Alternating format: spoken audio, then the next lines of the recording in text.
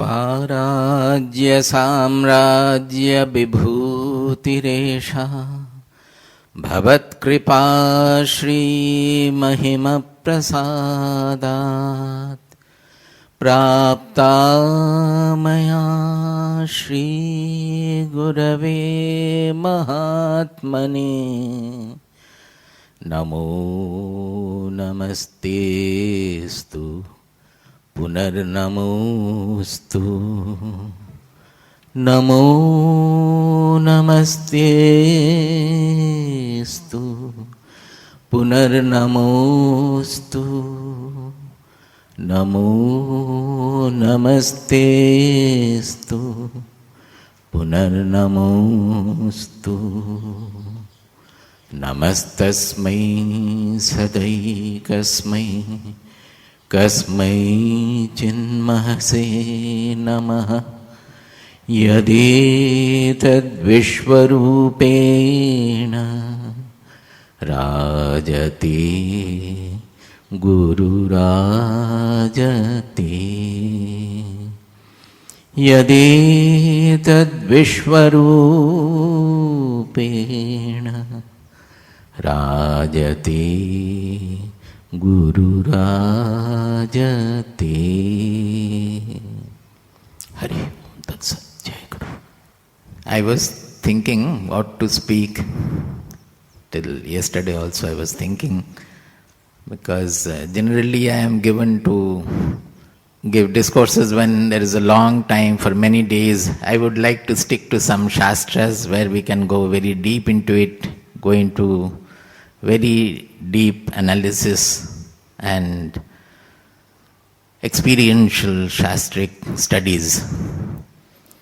So when it is only one lecture, I have a little problem in what to speak in just 1.25 hours in that, and what is to be communicated in that. So then I thought that what should we communicate? Whatever people have come to listen to, so whatever I have known to be the most valuable in my life, particularly throughout my life of sadhana, right from childhood till now.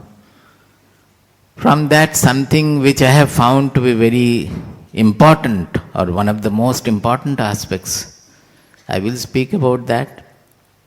So then I thought that I will speak about Saadhana Chatushtaya, the fourfold qualities, the fourfold pursuit that is essential in spiritual pursuit. Right from the beginning, we have been hearing a statement that jnana labha is easy, but jnana adhikara labha is difficult.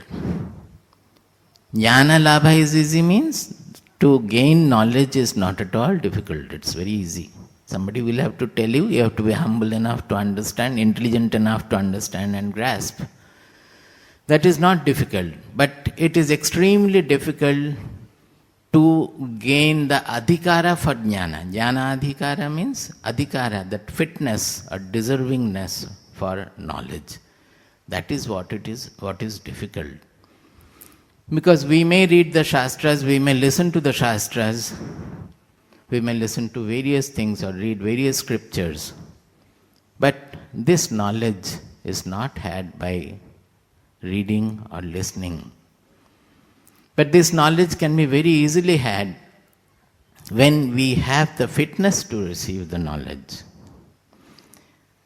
That is why in our shastras we will find in Brahma Sutra as well as in Yoga Sutra, we will find a single word, atha, coming. Athato Brahma Jijnasa. Now, therefore, is Brahma Jijnasa. It is Brahma Sutra. Similarly, in Yoga Sutra, atha yoganushasanam. Atha, the now, yoganushasanam, now is the discipline of yoga, the pursuit of yoga. This now is so important that the Tikakaras, the commentators, have written pages after pages on this now, on this atha. And that has got various points in it, of which the most important point is this adhikara. That adhikara means fitness and deservingness. Whenever we are going to learn a vidya, then we must be fit to learn it. Then only we will be able to absorb the learning, and the learning will become powerful in us. As we always say that in other learning, in objective learning also, this adhikara is very much important, but much more in spirituality. In objective learning also, unless suppose you have passed school, you are not admitted in the college. That means you are not fit for entering and studying whatever subjects are taught in the college. You have to pass school. Similarly, when you have passed the college, you are allowed to enter the university. That too, if you have a good result, then. So this fitness criterion is there everywhere. Unless we are fit, we are not allowed to enter to that vidya. Particularly when the vidya is very powerful, then this fitness criterion becomes more and more important. Suppose the nuclear arms, the nuclear bomb, when it was discovered and it was made, the understanding the power of it, its devastating power of it, will it not have to be kept under great protection? Suppose it is under a person who is given to emotional outburst, and suddenly one day he releases the bomb where he feels like, then it will cause great destruction. So naturally we have to prevent the usage of the bomb by restricting the usage of it by not one person, but giving the key. It has to pass through 3-4 decision-making bodies before the bomb can be released. Even then mishaps take place. As we know about the atom bomb was dropped at a time when it was not needed at all. The war was almost over. It was not needed. And they said that if you want to test the efficacy of the bomb, you drop it right now, because the war is going to be over. Just to test the efficacy of the bomb, it was dropped in Hiroshima and Nagasaki. Can you imagine? Can any civilization do it? That means it was not finally into the hands of deserving people. Well, we may see the positive side of it also, that because the devastating power of the bomb was seen, now people are not using in a more devastating way. That is an afterthought. But at that time, we would certainly say that it was not in the proper hands who deserved to have such a powerful bomb with them. You will find in Mahabharata there are so many instances this has been discussed. Ashwatthama, who was not so disciplined in his psychology, was not given the Brahmastra by his father Dronacharya, who was the master. Well, there also he made a mistake. Out of blind affection for the son, he had to give it. When Ashwatthama started asking again and again and again, and as we know that when our children, they go on nagging and crying and wanting something wrong thing also, the parents do it. Nowadays we can think of even mobile. When the children, very young children in the school, they go on insisting and begging for a mobile, finally the parents think that, well, let us give, what harm will happen? But by that we spoil the children often. Like that, Dronacharya also knew that it is going to spoil my son, but finally he had to give it to Ashwatthama. But somehow Ashwatthama did not know how to take it back. So that will prevent the usage to some extent, because once you know how to take it back, then you can save yourself. But if you don't know how to take it back, then you will also be devastated by the Brahmastra. But you know how it happened when the war was over. At that time, Ashwatthama, just to save himself from Arjuna, to save his humiliation and all, he released the Brahmastra, and Arjuna had to protect the world from his Brahmastra. Similarly, this Ashwatthama once wanted to have Sri Krishna's chakra also, Sudarshana chakra also. It was lying. Sri Krishna said, well, you lift it, you take it. If you feel you can use it, you lift it. But poor fellow, he could not even move the chakra. He felt that it is just sticking to the ground, it doesn't move. So naturally, Sri Krishna was not in a mind to give the Sudarshana chakra. He knew that somebody is asking for a power which he does not deserve. Similarly, we all know of Drona not teaching Ekalavya, because although Ekalavya had even perhaps greater than Arjuna, he had the capacity to learn archery, but his mind was not disciplined. With that power, he could have done non-righteous thing.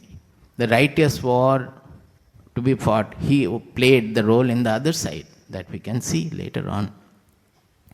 So, those days, whatever vidya, whatever knowledge, whatever power people have, it was given to the next generation, to the shishyas, to the disciples, only after testing their fitness and deservingness for that.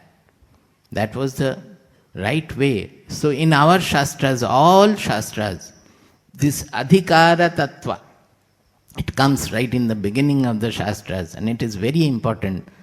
Kosmin shastre adhikaravan. In this shastra, who has the fitness to learn?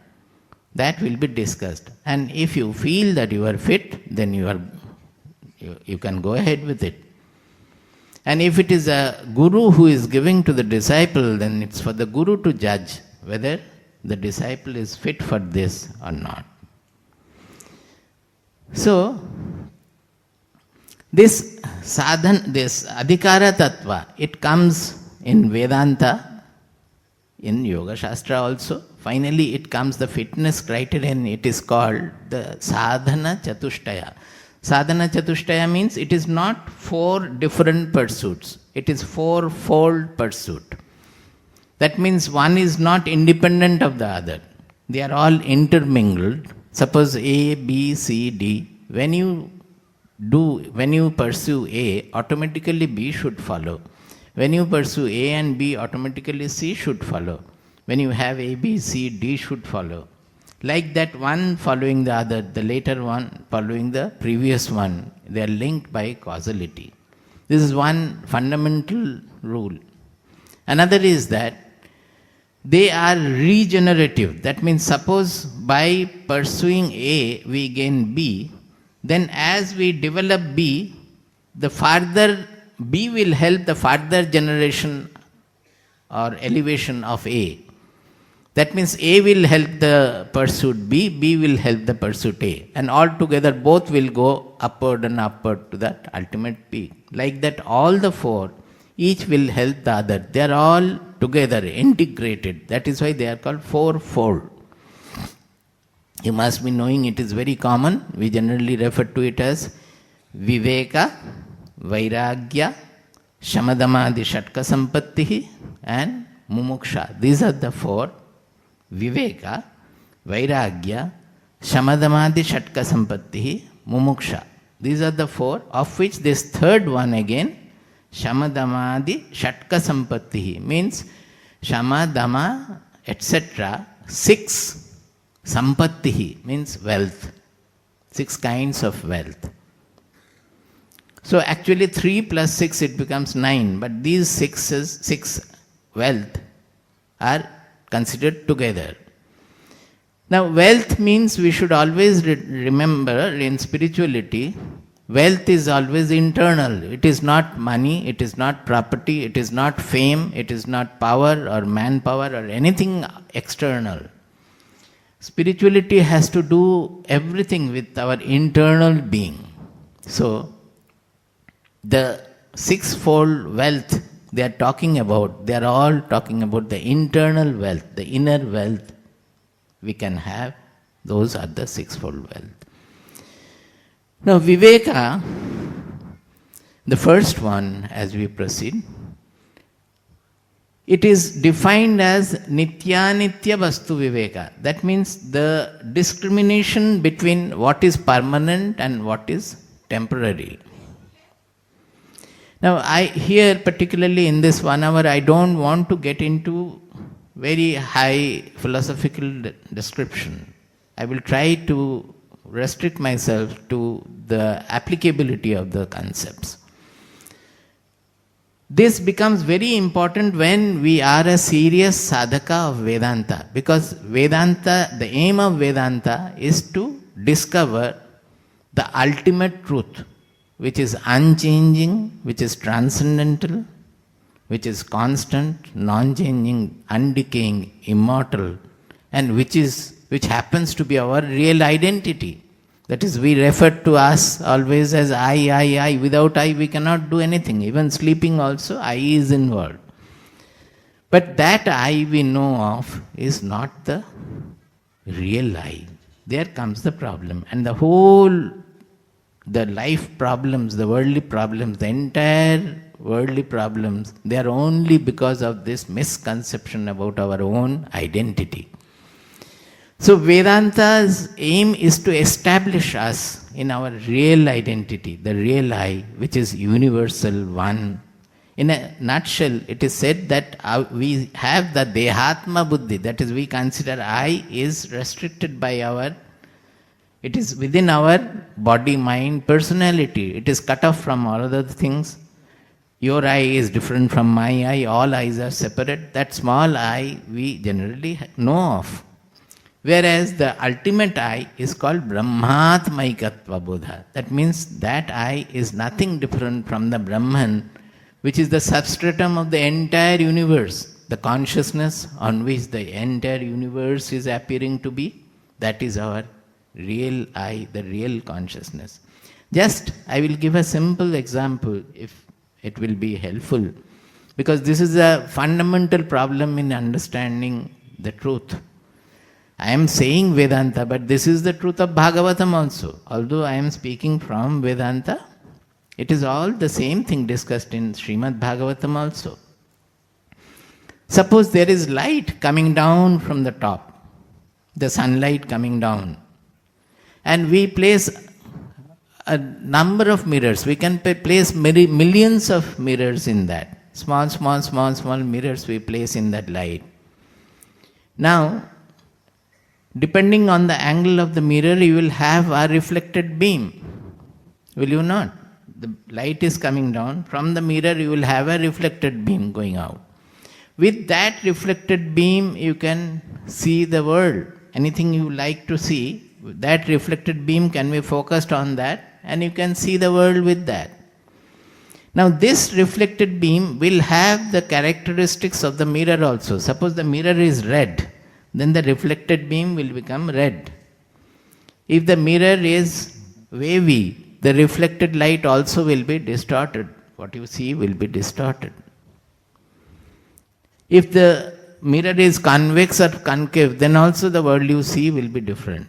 So whatever is shown by the reflected beam will be conditioned, will be affected by the nature of the mirror. Now, this is what we want to say, that our I, which the consciousness we think is within our body, it is just like the reflected beam. It is showing the world according to our own sense organs, sense perceptions. According to that, it is showing the world. But is the reflected beam the true light? Can we not question that? The mirror thinks, or like the mirror, we think that this consciousness is originating from my body-mind complex. It is my consciousness. It is originating from me.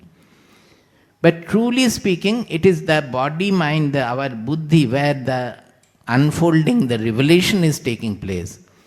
It is only a reflection of the real consciousness at that point. The true consciousness is the universal one consciousness. It is actually transcendental. That consciousness is being reflected by the millions of body-mind complex, millions of buddhi, and creating the reflected beam for each. Now, when the mirror breaks, or the mirror gets destroyed, that reflected beam will no more be there for that mirror. But will it affect the original light? Will it affect the original light? It will not be affected. It is exactly like fall of the body. When the body falls, the body becomes dead. It is no longer that buddhi which was reflecting the original consciousness. It is no longer able to produce the reflected beam. So, that reflected beam has gone. That we call that we are dead. But suppose we while living itself, we can shift our identity from the reflected beam to the original beam. Then we understand that we are not limited by the body-mind complex. If one mirror breaks, nothing happens to me. Even if 1,000 mirrors break, nothing happens to me. I am always the same original light. All the mirrors are reflecting it in different manner. That does not affect me at all. Now this is our real identity, what the Vedanta wants to prove. There is another example, very common, it is there in Bhagavatam also. Suppose the sun is there and there are ripples in the pond. On the water surface there are ripples. We see the sun reflected in each wave. And as the wave is moving, the sun also have a distorted look from there. Now, is that sun the real sun? The sun looking as millions of sun, actually there is only one sun.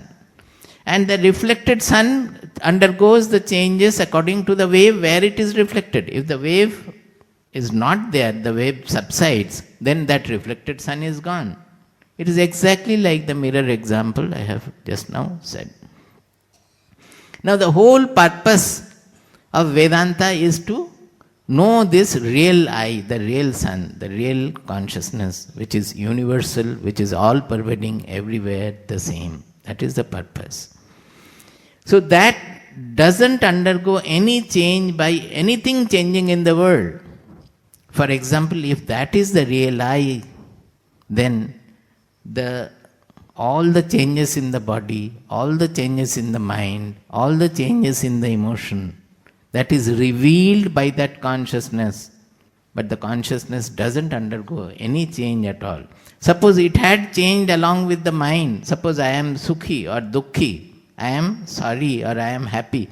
If the I also undergone a change along with that, then we will not know the changes taking place in the mind. Because the revealer I, it does not undergo any change. It is able to see the changes taking place in the mind, emotion being everywhere. Suppose the clock, if the dial also moves with the arm, then will be no time. There must be a steady background to see, to know the changes. When the movement takes place against a non-changing background, we come to know. Because our I is non-changing, we are coming to know all the changes taking place in the body, taking place in the mind, taking place in the emotion. Like that, we have been able to see. Now this Viveka or Nitya-Nitya Vastu Viveka is to discriminate between what is Nitya and what is Anitya, means what is permanent and what is changeful. So ultimately it has to take us to this level where we understand that I, the real I, is absolutely unchanging. It does not get born, it does not die, it does not undergo any sukha dukkha change at all, but it reveals everything. It reveals the good, it reveals the bad, but it never gets tarnished by the bad, it never gets beautified when it reveals the good. As the sunlight, it reveals a beautiful rose, but that sunlight does not become beautiful by that or fragrant by that. It reveals the filthy garbage also. By that, it does not get contaminated by the filth of the garbage. It just reveals. Like that, the Nitya Vastu or the Atma or the Brahman, that is the unchanging element. Now we have to reach that. Now why I am saying, I have explained it in very simple in a few minutes. But why it is difficult? Difficulty comes because the truth or the philosophy we are talking about, the truth we are speaking about, it is about our own identity. It is not about the glass or the table or the camera. It is not about that. It is about our own real identity. So, it is not enough if we know what Atma is, what Brahman is, if we know from the book or from some lecture or listen to it and we understand, oh, this is the Atma, this is the consciousness. No, that understanding will not work because Atma is what I am. So, it has to become a first-hand discovery. It has to become a first-hand discovery, means I must become what I am knowing as Atma because Atma is I. If Atma is unaffected by everything, that I must feel that I am not affected by anything at all. But I feel that I am affected by Sukha, Dukkha, everything, every moment I am get affected. So that knowledge is not perfect. To become a real actualized knowledge, I have to become what I am learning about the Atma. Like the Atma, I have to become unaffected. That is why in the Kathopanishad it is said, Anoraniyan mahato mahiyan atmasya janto nihito guhayam tamakratuhu pashyati vita shoko dhatu prasadat mahimanam atmanah. He says that this Atma is smaller than the smallest, subtler than the subtlest, bigger than the biggest, greater than the greatest. This is the mystery of the Atma. In the objective world, we cannot find anything like that at all. Then, how do we know that it is so? Atma is about our own Atma, about our own identity. He says, tam akratuhu pashyati vita shoko dhatu prasadat mahimanam atmanah. This glory of the Atma, this mystery of the Atma becomes revealed to us by dhatu prasadat. Dhatu means the elements of our being. Tam akratuhu pashyati vita shokaha. When we feel we become desireless, then our being gets purified by the placidity, dhatu prasadat. Prasada means the placidity, dhatu means the elements of our being. Dhatu prasadat mahimanam atmanah pashyati. He sees the glory of the Atma by when his being gets transformed, it gets purified. That is why I said that the jnana labha is easy, but jnana adhikara labha is difficult. To have the fitness for knowledge is difficult. Because fitness for knowledge comes out of this dhatu prasada. We have to transform our being. We have to transform all the aspects of our being so that the knowledge becomes a realized knowledge. We always give the example of fire. Suppose I have a picture of a fire and you want to cook something. I give you the picture of the fire. With that, can you do the cooking? Can you have the warmth of the fire? You cannot have anything from that picture, but it looks like fire. Maybe in the film, suppose not a picture, but in a film, I am showing fire, devastating fire, which is burning off everything, the houses and the forest also. You go near the screen and try to have the warmth of the fire, will you get? Although it is burning in the screen, we are finding it is tremendously destructive. But when you go near it, nothing happens, because that is not the real fire. Like that, the knowledge also, whatever is written in the Shastras, whatever is we read or listen, it remains a picture of a fire until we start living the knowledge. When we start living the knowledge, by living the fire starts becoming real. The jnanagni, the fire of knowledge, grows when we start living the knowledge. By living, it becomes more and more powerful. It starts blazing forth. So, this living the knowledge is what is meant by the Saadhana Chatushtaya. Without that, the knowledge will never be lived. We will think that we have learned, we have read the Upanishads, we have read the Vedas, we know everything that is there in the Upanishad, but it will not burn the dross of worldliness from our mind. I say worldliness because the world remains as it is. The world remains. Nothing changes in the world. But the worldliness is in our mind.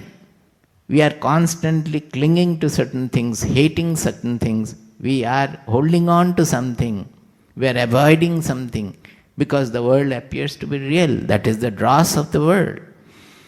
So, unless we start living the knowledge, unless there is enough of Sadhana Chatushtaya, this Vedanta or the knowledge of the truth, even Srimad Bhagavatam, is not going to become a fire which will burn the dross of worldliness from our mind.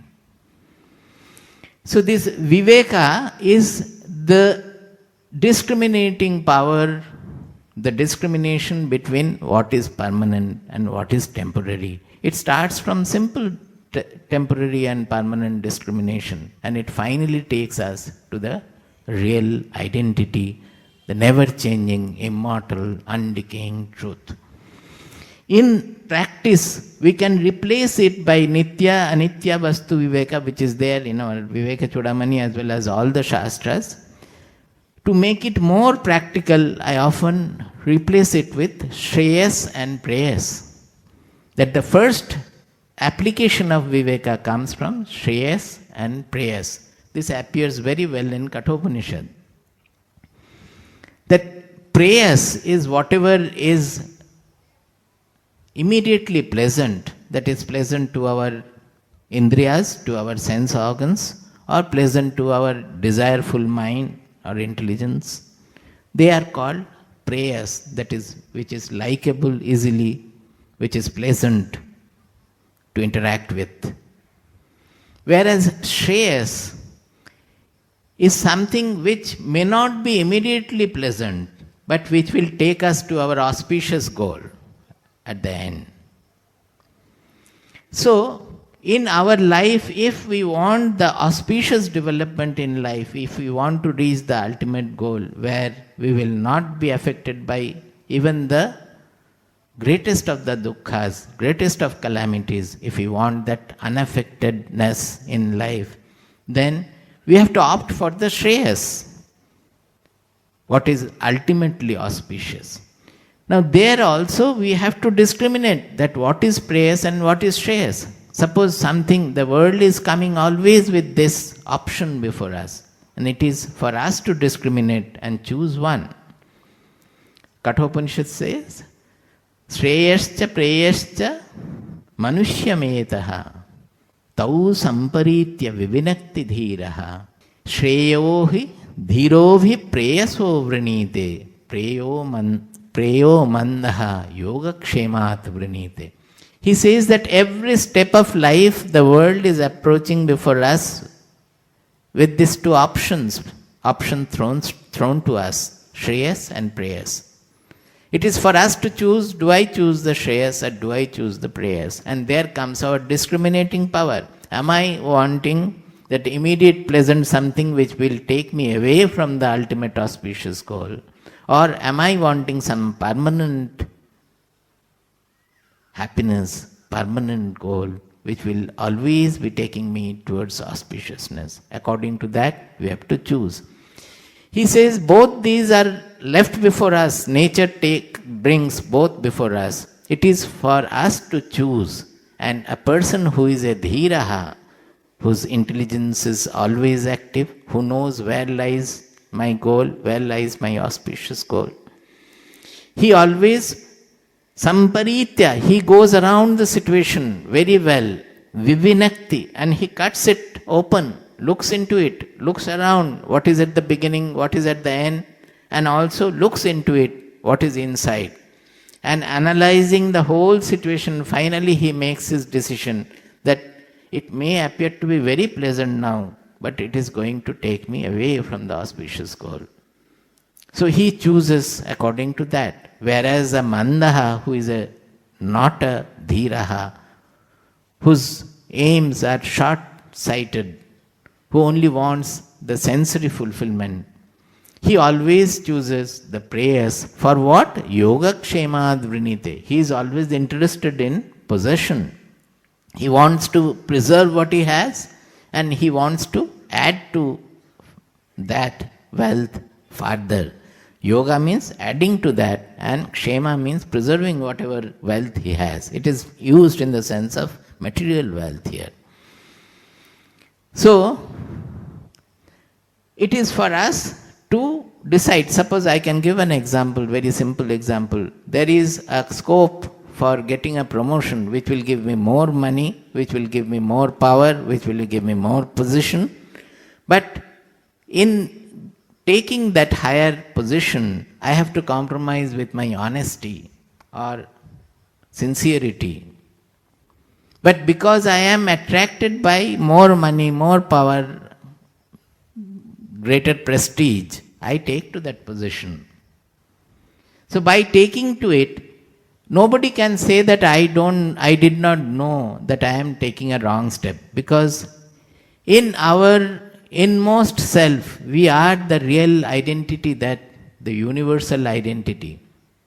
We know what is true, what is wrong, and what is right. If you do anything wrong, you look into yourself, deep within, there is a voice, an inner voice, which is telling you that no, this is not the right path. That is why when we take the wrong step, we feel constricted inside, we feel weak inside, we feel something is wrong within. That nobody can say that I don't have that inner voice, because in our inmost self, we are the real self, which is all pervading, one, single, which is having that uniform vision. So that voice is always there. We don't heed that voice because of the lucrative, we are slave to the worldly attractions and repulsions. We are slave to the worldly enjoyments, worldly hatreds also. If something I like, I want to enjoy it, for that I compromise. If somebody I hate, I don't see the good qualities in him or her also. This is how we become slave to the situation. If something goes wrong in the objective situation around us, immediately we lose our self-seatedness. Are we not slave to the circumstances? Initially we need money, we start earning money. Money is a necessity, I understand. For everything money is a necessity. But when money starts coming, very soon we forget that the money was meant for happiness, for bringing certain happiness to our life. When we become slave to money, we go on hoarding money, more and more money comes, but money becomes a source of disturbance, source of agitation, source of losing our happiness. But at that time we forget, we have already become slave to money. This is what happens. So we are always becoming slave to the external circumstances. And being slave to the external circumstances, we are not heeding our inner voice. We are not listening to our inner voice. So more and more we try to change our attitude, we try to tune ourselves with the inner voice, tune ourselves with the Nitya Nitya Vastu Viveka, with the permanent, with the ultimate auspicious goal. We find that the inner voice becomes stronger, stronger and stronger. And we are no more led, we are no more slave to the outer attractions and repulsions. We can stick to our inner voice and choose our way for the Shreyas. This is what the Viveka does. Now, cultivation of Viveka, or this first of the Sadhana Chatushtaya, is to cultivate this discrimination between Shreyas and Preyas initially. Then when we really want the ultimate truth to be had, then this itself will change over to the Nitya Nitya Vastu Viveka. It becomes the Nitya Nitya Vastu Viveka, and look for the soul which is unchanging. Amongst all the changeful elements, we look for only the unchanging truth. Now if this Viveka is cultivated, then our Shastras say that immediately it will be followed, immediately it will give rise to Vairagya. The second pursuit is Vairagya. Now Vairagya, we may have very naive idea about it. Vairagya means leaving the house and walking off. No, it is not so. Vairagya is something within. Raga means color. We are seeing the world always with a color, the color of me and mine, color of my likes and dislikes, the color of raga dvesha, my clinging to what I like and my hating what I dislike. So we are not seeing the world as it is. As we cultivate Viveka and win over our slavery to the world, to the worldly objects, by cultivating Viveka, we are winning over our slavery. We become master of ourselves, because we are no more given to the slavery of the world objects. So as we cultivate Viveka, automatically the colored world is no more haunting us. The color of the world starts changing. We start seeing the truth. We start seeing the world as it is. We start seeing as I am. Normally, when something has gone wrong, we want to blame others. Our tendency is to blame others and to defend ourselves, that I have not done, he has done it. Although I have done it, I try to blame others. All these things are lack of viveka and vairagya. Because I am clinging to my own image and I am hating others whom we do not like. If it is my son whom I am very much clinging to, then I try to defend my son also. The person I don't like, I want to blame him. So the colored vision of the world goes. That is the viraga, means the color is removed and we see the world as it is. We see ourselves as we are and we behave with the world, interact with the world, whatever is necessary according to the necessity, not colored by our clinging, our raga or our dvesha, our hatred or our attraction. So this vairagya actually it delinks the clinging to the worldly likes and dislikes, the clinging to likes and the hatred towards dislikes we have, the vairagya actually loosens them and we feel a sky-like detachment, sky-like freedom. That is called the vairagya. If we take the vairagya to its ultimate level, then that vairagya also will become the Atma. That Atma is the real vairagyan, which never gets tainted by anything happening, sukha, dukkha, raga, dvesha. Nothing touches the Atma. So as we develop more and more vairagya, we come closer and closer to the Atma. So all these qualities, pursuits, that viveka, vairagya, as we pursue them, as we develop these qualities, as we pursue these sadhana, we come closer and closer to our real self, which is never affected by anything, which is all pervading, unchanging. The viveka, the ultimate viveka is that only. So we approach the soul through this sadhana chatushtaya. Each of these fourfold pursuit, as we pursue it, we come closer and closer to the soul. And we develop the jnana adhikara. Now you see that jnana adhikara is not different from the real jnana. Through developing the jnana adhikara, the fitness for the knowledge, we actually actualize knowledge, we actually grasp knowledge, we absorb knowledge, we get immersed in knowledge, we get fused in the knowledge. That is what takes place. Now the third one should automatically follow this viveka and vairagya. As viveka grows, vairagya also grows. Now in our shastras always you can test whether I am doing the right thing or not, because these things are related by causality. Suppose I don't have vairagya, I still get affected by everything happening in my family, in my office, in my society. If the affectation is too much, even more than earlier or equal to earlier, that means I have not grown viveka. Although I am reading the shastras, I am thinking about viveka, but really in my mind viveka has not grown. That should be the conclusion. My viveka is faulty viveka.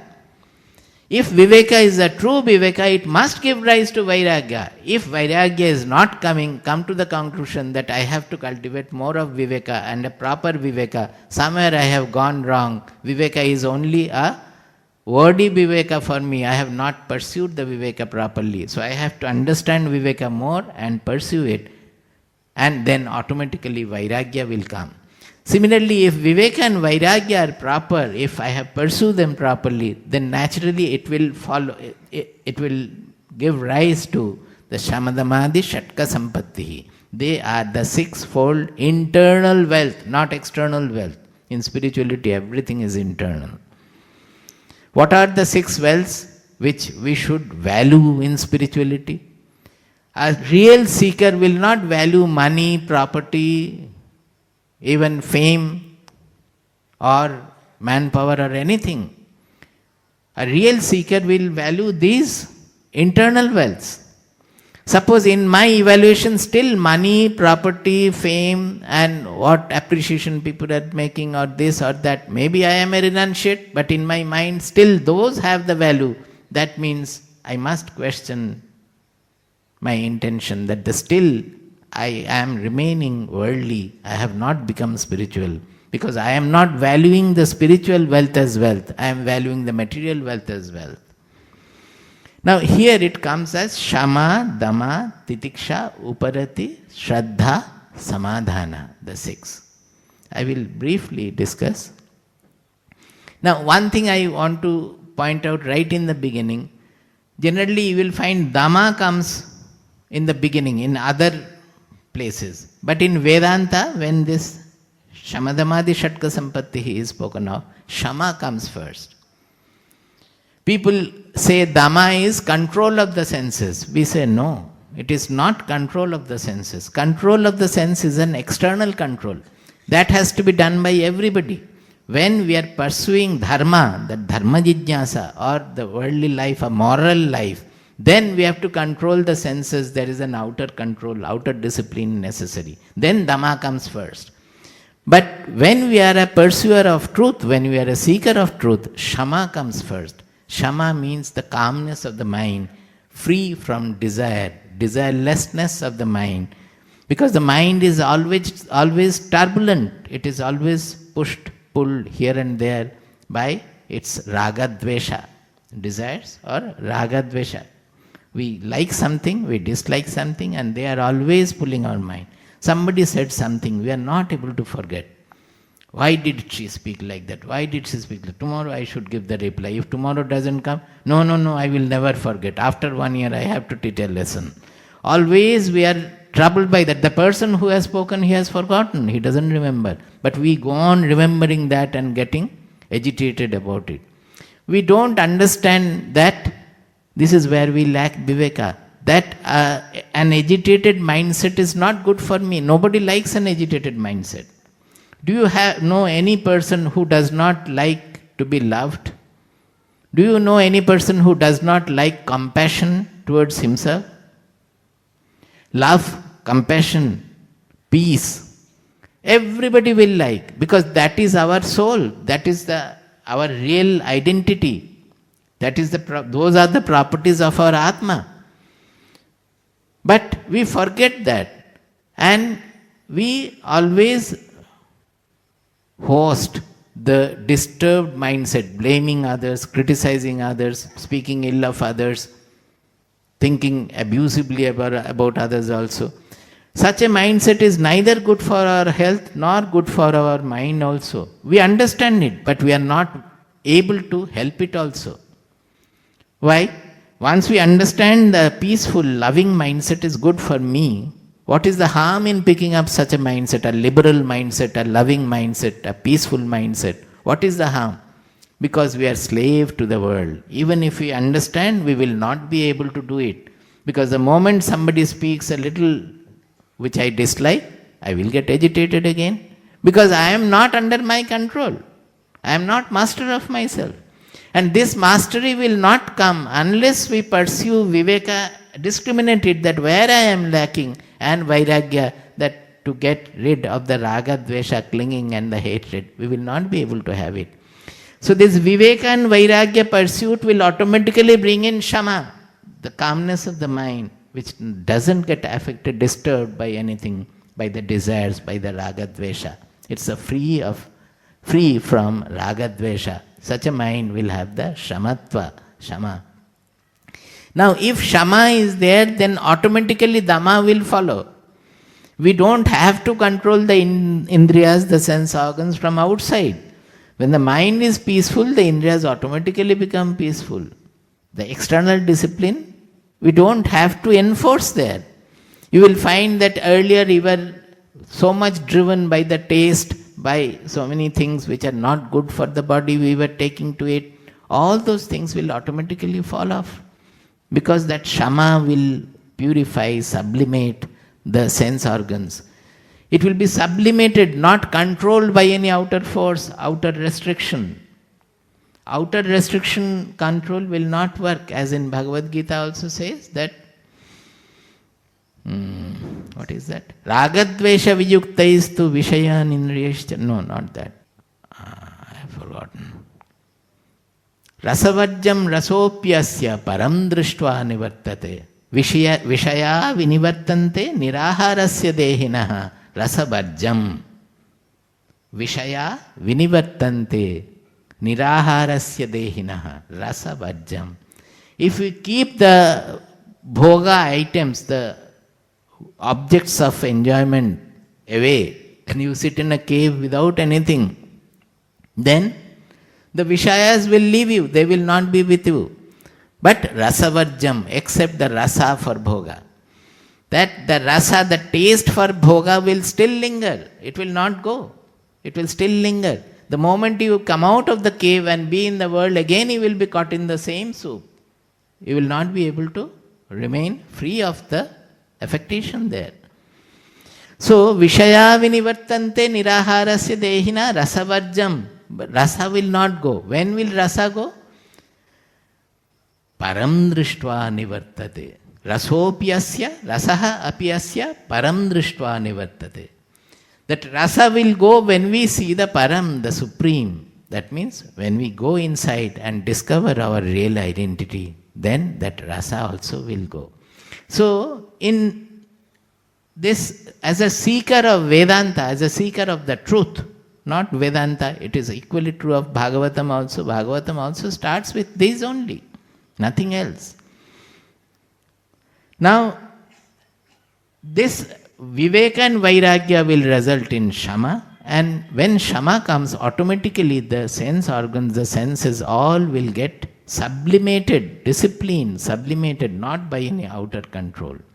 Shama, Dama, Titiksha. Titiksha generally we mean is Sahanam Sarvadukkhanam Apratikara Purvakam Chinta Vilapa Rahitam Sa Titiksha Nigadyate. We say that Sahanam Sarvadukkhanam Apratikara Purvakam Chinta Vilapa Rahitam. That is, when something is wrong, we immediately start getting affected by that wailing, crying, and why to me, why, oh Lord, why me out of everybody that this has happened to me and all. Titiksha means that we will be able to forbear everything that happens without chinta vilapa, without any wailing, without any anxiety. We will be able to take it. It means unaffectedness. Apratikara means it is with respect to our own situation, but it does not mean that if the situation is wrong, we will not set it right. Suppose the lights go off now because of power failure, we will do everything to set right it. But if we get immediately affected, oh, what has happened, how will the function go on, power has gone off and all, this is what is lack of titiksha. Titiksha does not mean that you should not set right the situation. If something is wrong in the society, things are going wrong, we can lead a movement. We can fight with the government, we can fight with people, anything can be done with full titiksha. How? Titiksha means you will not get affected by the situation, you will not get overwhelmed by the situation. Then you do. Apratikara does not mean that you will not set right the situation. Suppose you are hungry, if food is there, you will take food. But, oh, food I did not get, my food I did not get, and you wail, then it is not titiksha there.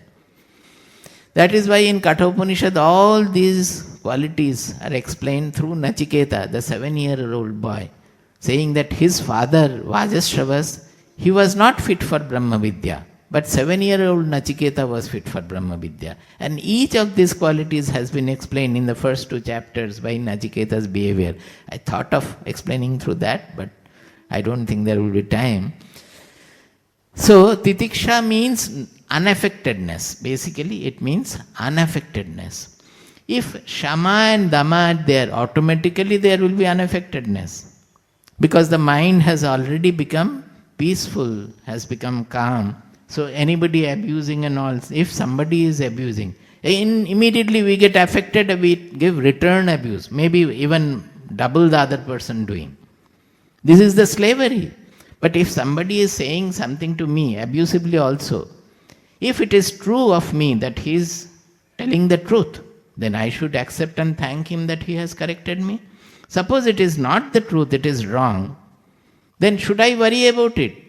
I should rather worry about him that he never speaks like that. What has gone wrong today? Has anything happened to him today that he is out of temper today? Something has happened in his house, let me ask. But I will not get agitated by his reactions. But what happens is that the moment he is agitated, I also get agitated and I return his abuses.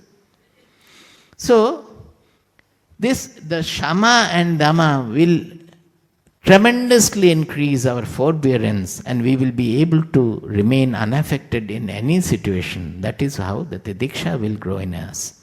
And more Titiksha means, as I said, they are regenerative. That Viveka leading to Vairagya, Vairagya leading to this internal wealth. They are regenerative, means as Shama, Dama, Titiksha are increasing, that will enhance our Viveka. We will find that our discrimination is becoming sharper and sharper. It is getting freed of all the desires, raga, dvesha, etc. And our Vairagya also is becoming more and more overpowering. It is engulfing us more and more. So it is regenerative. As the C, D are coming, they will enhance A and B also, like that. So Shama, Dama, Titiksha, Uparati. Uparati means generally our Rati is in the world. Rati means we are always enjoying the world. We are out to enjoy the world objects and everything. That is external enjoyment. The seeking is to get rid of this looking for external enjoyment. All the Rati for a seeker is he becomes an Atmarati. From the objective Rati, he becomes Atmarati. He revels in his Atma, he revels within. He no longer looks for enjoyment outside. So Uparati means withdrawing from outside enjoyment. See, we always look for happiness. We do everything. If you question yourself, you will find whatever we do. Suppose, why are you going to the factory? I will get some money at the end of the month. What will you do with the money? With the money, I will buy all the necessities and all. My family also needs money. By that, what will happen? I will have a building, I will have food. By that, what will happen? I will become happy. We will become happy. Anything you do, even you are coming to the Satrashala also, you must be feeling that I will gain some knowledge, I will have some peace, and I will become happy. So we don't do anything without that last carrot that I will become happy. But truly speaking, has anybody ever become happy by doing anything, has become permanently happy?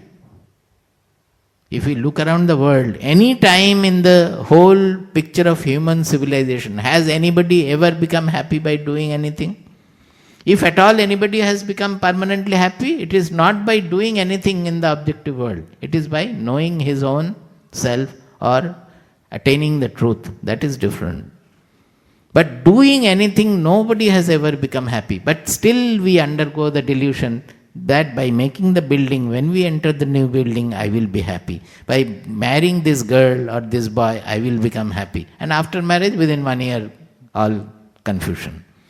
But still, seeing around also, we feel that this will make me happy. This is the lack of viveka we suffer from. The real happiness is a coordinate of our own soul. It is coming from within. So, will we not do anything? We will do everything. In the world, whatever to be done, we may study, we may work, we may earn, we may make building, we may marry, we may have children, but never get deluded by the idea that by doing this I will become permanently happy. By marrying I will become happy forever. No, never. Know that marriage is not going to be fully happiness alone. There will be a lot of difficulties. Knowing that you get married, there is nothing wrong. But our delusion comes that we think that by doing this, I will become happy forever. If you are aware of the situation that by doing nothing I will ever become happy, then you do everything. Then you will do everything out of joy, out of ananda. You don't have to do looking for joy at the end of the work. Do you get my point? Always we do something thinking that the end result will give me joy. But if you leave that, you do according to your necessity, capability, and knowing that the final end result is not going to give me eternal joy or anything, then you will have joy right from the beginning. You will work out of joy. You don't have to work for joy at the end of it. The whole situation will change. That is how he becomes Uparati. He does nothing he does for getting joy from outside. His joy is within. He is Atmaratihi. He becomes more and more Atmaratihi. Shama, Dama, Titiksha, Uparati, Shraddha, Samadhana. Then comes Shraddha. This Shraddha means Shastrasya Guruvakyasya Satya Buddhi Avadharanam. I think it is so. Or Shastreshu Guruvakyeshu Bhakti Shraddha Nigadyate. There are two statements. It is actually, Shraddha in spirituality means valuing the spiritual goal. Valuing the spiritual goal. Generally, we say that God is supreme, Lord is supreme. Don't we say? We always say. But in our actual behavior, Lord comes last. Is it not so? Only when we are not having any other way to go anywhere at all, then we think of Lord. Otherwise, even in day-to-day routine also, when there is a marriage or there is some extra work to be done, the first thing to be dropped is the puja or the meditation or the japa. Is it not so? For the seekers also. Generally it is so. The first thing they drop is, today morning I did not have time to sit because I had to go here, or somebody has come, the relative has come, I had to cook right from the morning, or I have to go for a marriage. When we are going to a marriage, I go outside, so there are a lot of people around, so I cannot sit. So the puja is dropped, the first thing is dropped. The Lord actually is given the last position in our. When we are happy, we don't even remember Lord. Only when we are not able to be happy or we are in a difficulty, we think of Lord. So actually value means when we call Lord supreme, but we don't give him the supreme position.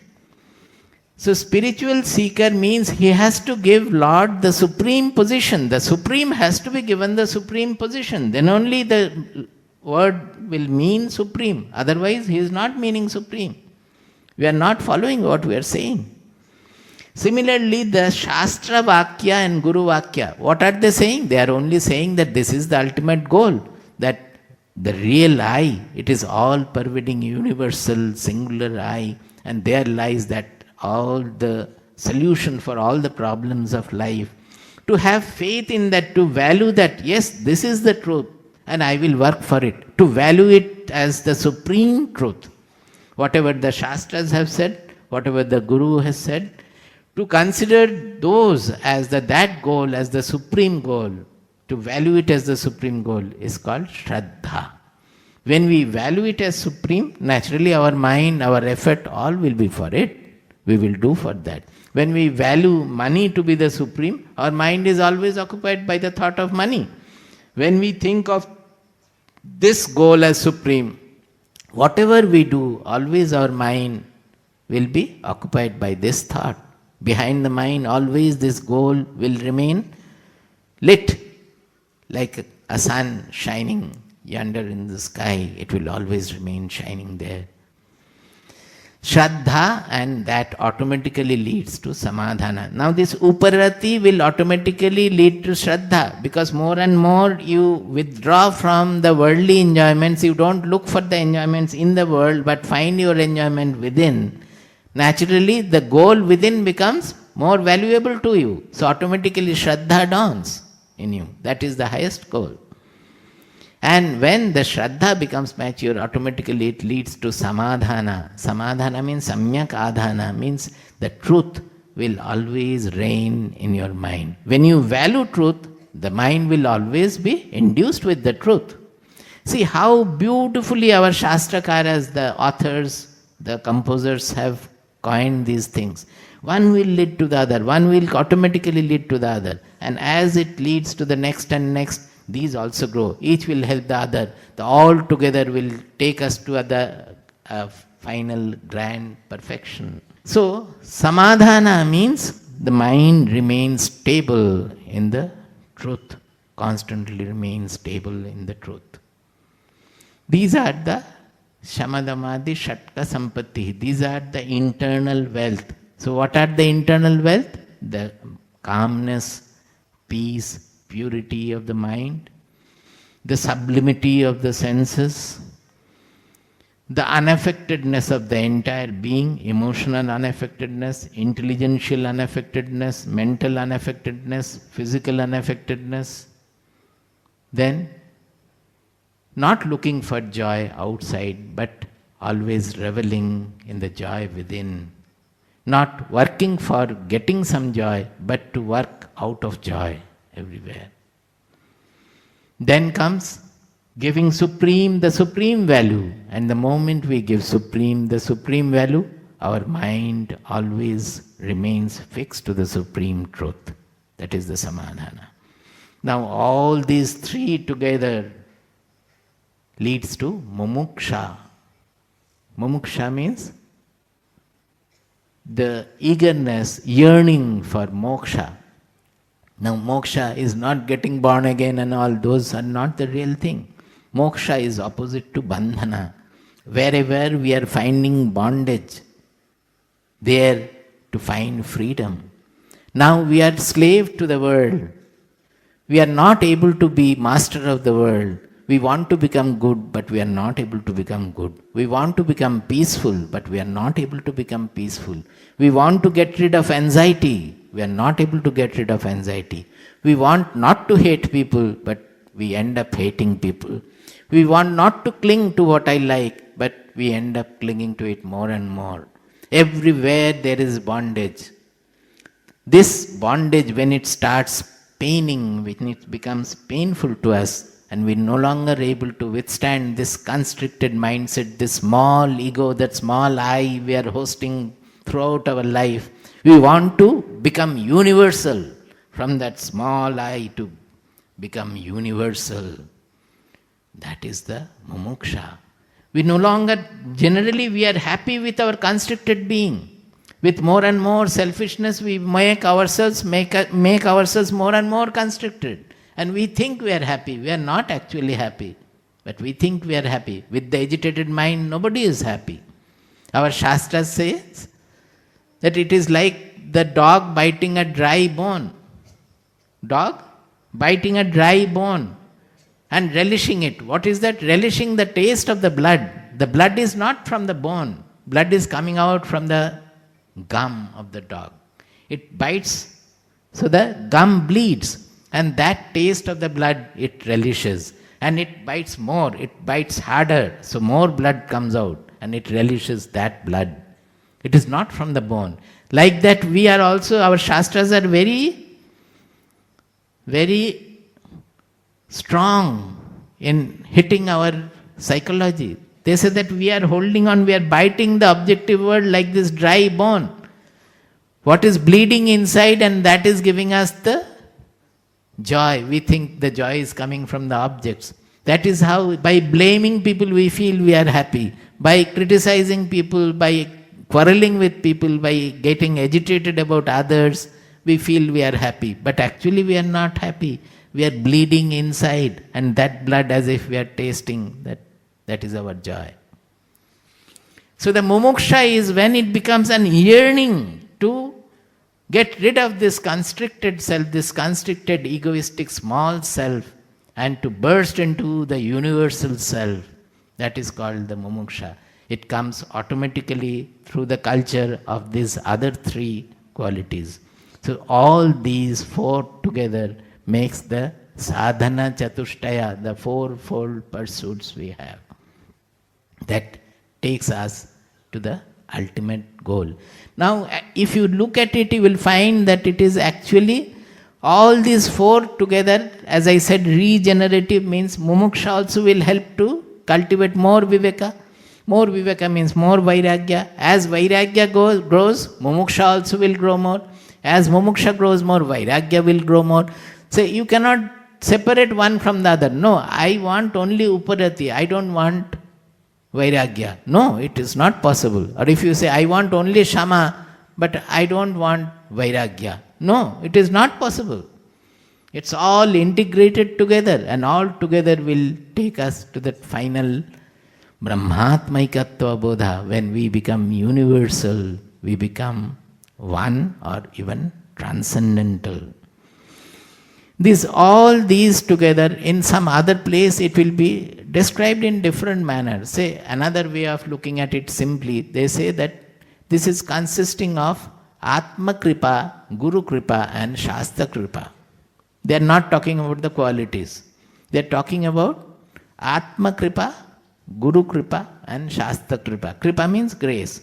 The first is Atma Kripa. What is that? It is humility. That means we always think, I know everything. Why should I go to a guru? Why should I go to spirituality? I know that this is the life, we have to enjoy it like that. That the intelligence is egoistic. It is always egoistic. It is not humble.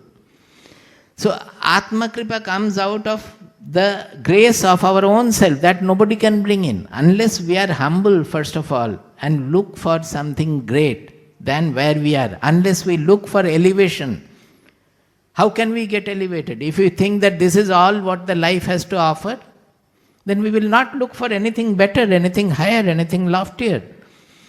So only when that Atma Kripa, the grace of ourselves, that our own grace comes, that I look for something higher, something elevated, something loftier, this is the first thing to happen, which will take us to the Guru. Guru means, here is somebody who will take me to that loftier goal, to the ultimate goal. That there is somebody who can take me to, wherefrom I can learn, and he has reached, he can take me to. So once we go to the Guru, that Atma Kripa leads us to the Guru. Then Guru Kripa has to be there. Guru Kripa, Guru has Kripa, he has grace always for all. But it is our unquestioning refuge in the Guru which is meant by Guru Kripa. See, the Kripa word itself we should understand. By saying Kripa, Kripa, we always shun our own responsibility. We say Ishvara Kripa. Ishvara Kripa means God wills, then it will happen. Giving the responsibility to God, we do whatever we want. God has to will only for our becoming devoted. God doesn't have to will for our eating, overeating, spoiling our stomach. That God doesn't have to will. Only for coming to a lecture, God has to will. So cleverly we assign the responsibility to God, and we say that the grace, God did not have the grace, and that is why I have not been able to do it. There is nothing like Ishvara Kripa. First is Atma Kripa. Ishvara Kripa is always there equally everywhere. It is for us to accept that grace and to be graced by that grace. Similarly, Guru Kripa also. It is taking refuge in the Guru. Unless we take refuge in the Guru, the Ashraya, unless we take it, Guru cannot do anything. As long as our ego is there, we will not be able to have the Guru Kripa at all. And when the Guru Kripa is really had, it will automatically take us to Shastra Kripa. What is the Shastra Kripa?